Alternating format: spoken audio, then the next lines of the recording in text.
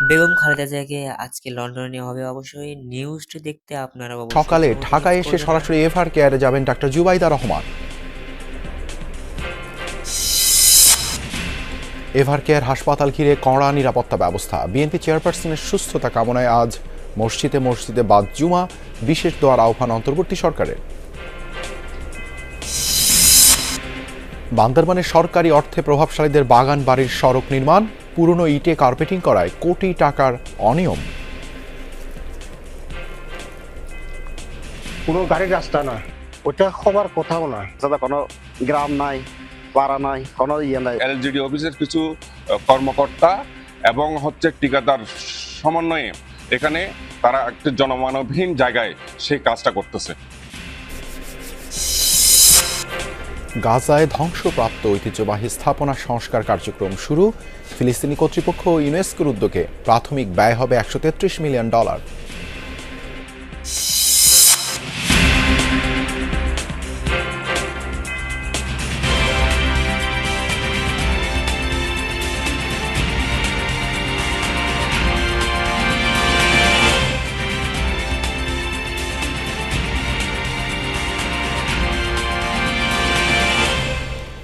আমন্ত্রণ যমুনা নিউজে আপনাদের সঙ্গে আছি আমি দেবাশিস রঞ্জন সরকার। এতক্ষণ শিরোনাম দেখছিলেন।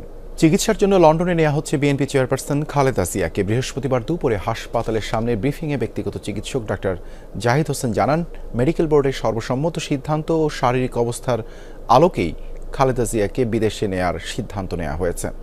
জানা গেছে, বেগম খালেদা জিয়াকে নিতে এরই মধ্যে লন্ডনের হিথ্রো বিমানবন্দর থেকে বাংলাদেশ বিমানের একটি ফ্লাইটে রওনা হয়েছেন ডাক্তার জুবাইদা রহমান। এ সময় বিমানবন্দরে তাকে পৌঁছে দেন কন্যা জাইমা রহমান। শুক্রবার সকালে 11টার দিকে ডাক্তার জুবাইদা রহমান দেশে ফেরার পর সরাসরি আসবেন এভার কেয়ার হাসপাতালে। বিএনপির ভারপ্রাপ্ত চেয়ারম্যান তারেক রহমানের সহধর্মিণী ডাক্তার জুবাইদা রহমান খালেদা জিয়ার পুরো চিকিৎসা কার্যক্রম তদারকি করছেন। তিনি দেশে পৌঁছানোর পর শুরু হবে বিএনপি চেয়ারপারসনের বিদেশ যাত্রার প্রক্রিয়া। এর জন্য কাতার থেকে আসছে রয়্যাল এয়ার অ্যাম্বুলেন্স।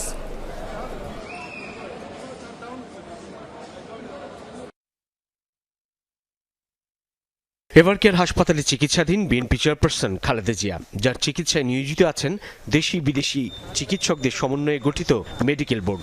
যুক্তরাজ্য থেকে আসা বিশেষজ্ঞ চিকিৎসক রিচার্ড বেলে ও চীনের 10 জনের মেডিকেল টিম হাসপাতালে খালেদা জিয়ার যাবতীয় পরীক্ষা নিরীক্ষা ও শারীরিক অবস্থা পর্যবেক্ষণ করেন। বুধবার রাতেই রিচার্ড বেলে বিএনপি চেয়ারপারসনকে বিদেশে নেয়ার পরামর্শ দেন। 12 দিন ধরে হাসপাতালে জীবন মৃত্যুর সন্ধিক্ষণে থাকা খালেদা জিয়াকে নিয়ে উদ্বেগ উৎকণ্ঠায় নেতাকর্মীরা।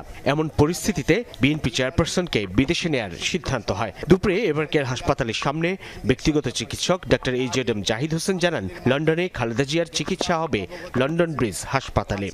যাতে ওনার যাত্রাপথ কোনো অবস্থাতেই কোনো ধরনের প্রতিকূলতার মধ্যেও যাতে ওনাকে সুস্থভাবে ওনার চিকিৎসা দেওয়া যায়, সেই লক্ষ্যেই সকল প্রস্তুতি সম্পন্ন করে আমরা ওনাকে ইউকেতে অর্থাৎ লন্ডনে ওনাকে একটা নির্ধারিত হসপিটাল আমরা ঠিক করেছি।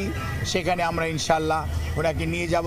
In consultation with UK doctors এবং ইউএসের জন হপকিন্সের হসপিটাল ডাক্তারের সঙ্গে পরামর্শ করে তারা আমাদের দেশনেত্রী বেগম খালেদা জিয়াকে যুক্তরাজ্যের একটি উন্নত হাসপাতালে নেওয়ার সিদ্ধান্ত নিয়েছেন।